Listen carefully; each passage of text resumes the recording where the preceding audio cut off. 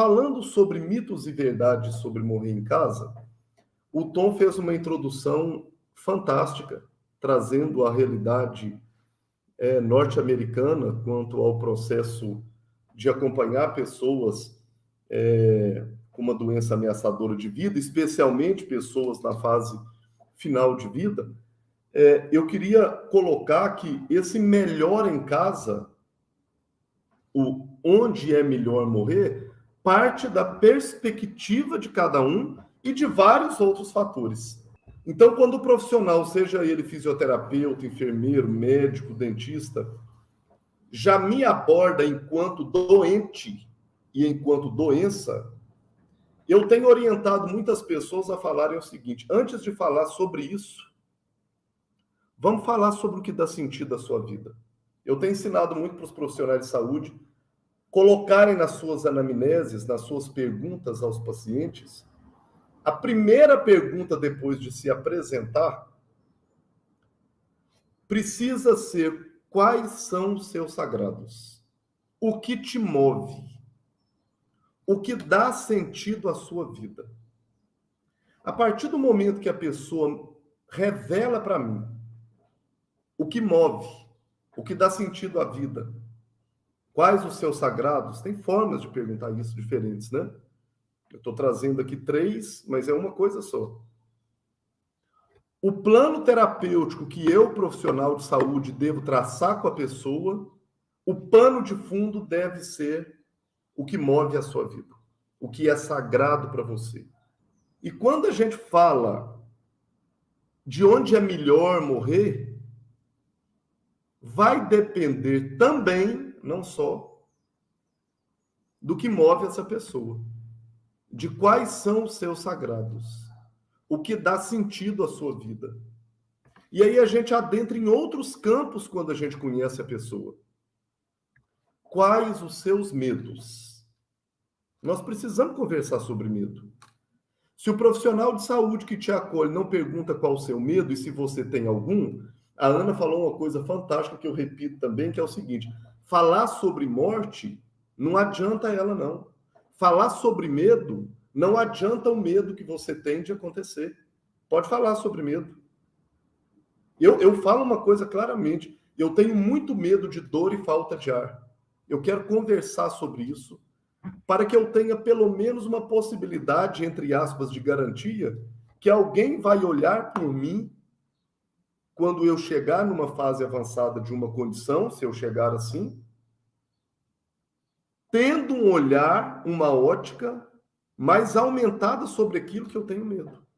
Será o que é dito melhor cenário para morrer é o melhor para todos? Com certeza não é. Nós temos realidades totalmente diferentes. Eu trabalho, né, com a comunidade compassiva na Rocinha, no Vidigal. Tem área da Rocinha que nós não conseguimos que chegue cilindro de oxigênio. Tem lugar que para o caminhão subir para descarregar aquele cilindro, e muitas vezes as pessoas falam, eu não tenho isso comprovado, que pelo risco de explosão e o oxigênio ser comburente, e devido a determinadas localidades terem muitos gatos elétricos, né, fios emendados com outros, o risco de manter um cilindro de oxigênio naquele local é muito arriscado. E muitas pessoas não têm condições de adquirir ou de ter acesso aos concentradores de oxigênio. Então, será que a casa daquela pessoa que tem risco de ter falta de ar e não consegue ter um cilindro de oxigênio é na casa dela? É preciso deixar isso claro, ó, que por mais que seja sua vontade, se a dor apertar, a falta de ar apertar, aqui na sua casa fica difícil da equipe ter um acesso mais frequente. Vamos tentar mudar para uma casa mais próxima, porque é um beco muito longe. Então, nós podemos tentar. Mas se caso a gente não conseguir isso, eu tenho que te deixar claro que, às vezes, nós vamos ter que ir mesmo para uma unidade de saúde. A gente precisa entender que é importantíssimo pensar nos nossos desejos, saber o que faz sentido para a gente.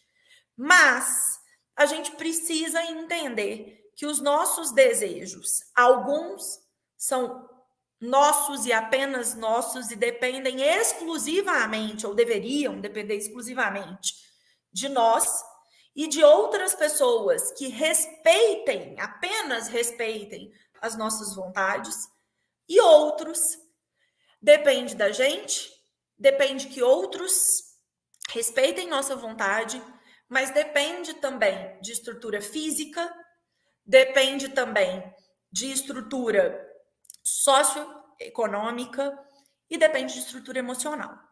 E acho que o local da morte é um desses locais, é um desses temas que não depende só da gente. Falar sobre como é esse fim de vida, quando a gente está preparando as pessoas que vão estar ao nosso redor durante os nossos últimos momentos, isso é muito importante.